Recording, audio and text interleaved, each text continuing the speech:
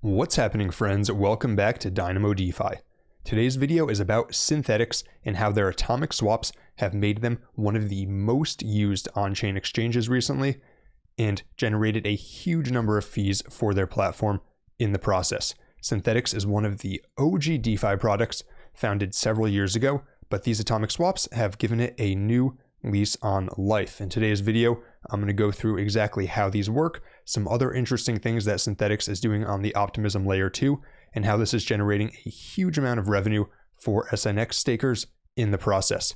And before I go any further, I want to emphasize that nothing I say is financial advice. You should still do your own research, of which this video can be an important part. Let's get into it.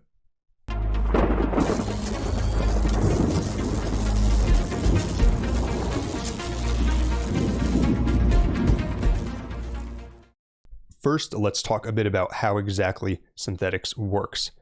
Synthetix is one of the original DeFi protocols founded several years ago, and what it does is it allows you to create synths, which are also known as synthetic assets, and they are basically assets that are pegged to the price of another asset. And this could be a real-world asset like a stock, or it could be a cryptocurrency digital asset like Ethereum, Bitcoin, Solana. So you can see here, for example, they have SETH, which is pegged to the price of Ethereum, SBTC, which is pegged to the price of Bitcoin, SUSD, which is pegged to the price of the dollar, and so on. There's other assets as well. And the reason this is so powerful, because you might be saying, well, what's the point of an asset pegged to BTC? You can just buy regular BTC.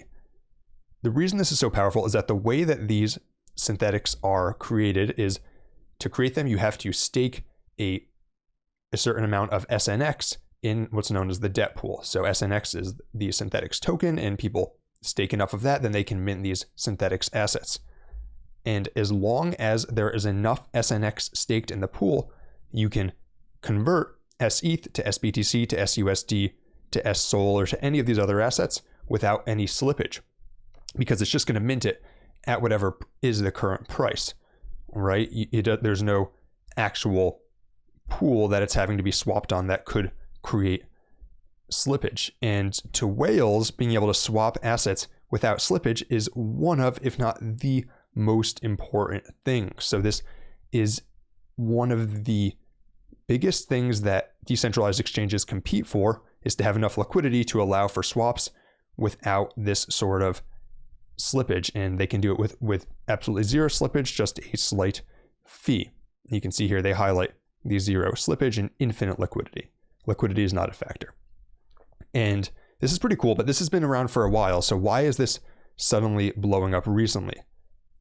Well, the other important player that comes into this is Curve. Curve you're probably familiar with as the premier stablecoin swap in DeFi. Well, Curve allows users to stake, for example, Ethereum paired with SETH, or BTC paired with SBTC, or rather wrapped BTC paired with SBTC. And so what this means is that a user could take regular Ethereum, swap it for SETH on Curve, swap that for SBTC with zero slippage on Synthetix, and then swap that for wrapped BTC back on Curve. And this route is actually right now, probably the ideal best way for people to swap these assets with minimal slippage. And you can see that SUSD is also on here on Curve as well. So they could go USDT, for example, to SUSD to SETH, and then back to ETH. And this route is automated via 1inch, which is an aggregator for swaps. And because it has minimal slippage, basically 1inch has been routing a lot of major transactions through Curve and Synthetix. And the net result of this is, you can see the fees on Synthetix have absolutely exploded the past few weeks. And as far as why this exactly happened now when it did, basically it has to do with Synthetix implementing a change that compares the price of these assets via the Chainlink Oracle to the current Uniswap price so that they can settle instantly. The details of it are a bit technical and probably not that important unless you want to dig into it, but the important thing to know is that basically they implemented a change that allows these to settle instantly, which means that aggregators can route transactions through Synthetix for no slippage, and a lot of transactions are being routed through them. You can see just a couple days ago, they had their best day ever, even in a bear market, generating over $1 million in revenue for the protocol. And if we look at Curve Finance, for example, and look at the most traded pairs on Curve, you can see SUSD, so the Synthetix USD and Tether, is the third most traded pair. ETH and SETH is one of the most traded pairs. And there's some other Curve pairs on here as well. There's some more SUSD pairs, for example. And that's basically why Synthetix has been blowing up recently. And the price has done quite well.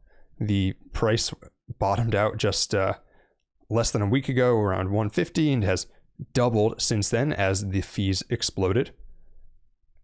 And overall, it's been interesting to see a old DeFi protocol like this get a new lease on life.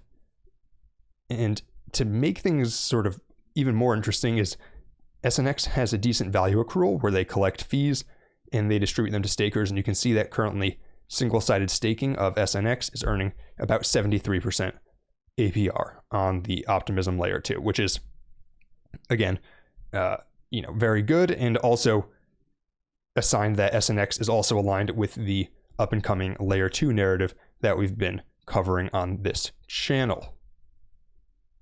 Another interesting thing that SNX has been doing is on the layer 2, they are allowing swapping of futures and options via a protocol known as Kwenta. Now, I actually had not heard of this until a few days ago, but if you look at the top dexes recently, you can see that Kwenta is currently ranked number 5. 2.6% of all DEX volume is going through this Kwenta exchange, which is powered by Synthetix. And if you look here from this tweet from the Synthetix official Twitter account, they just hit $200 million in daily volume, and that is pretty insane amount of volume, especially in the sort of market that we're in right now. So overall, pretty cool to see them leverage their synthetic assets to become one of the largest exchanges. Excited to see what they do in the future, and it's definitely a protocol I will be covering. Let me know what you think down in the comments about Synthetix. Is there anything that I'm missing in this story? And until next time, this is Dynamo DeFi.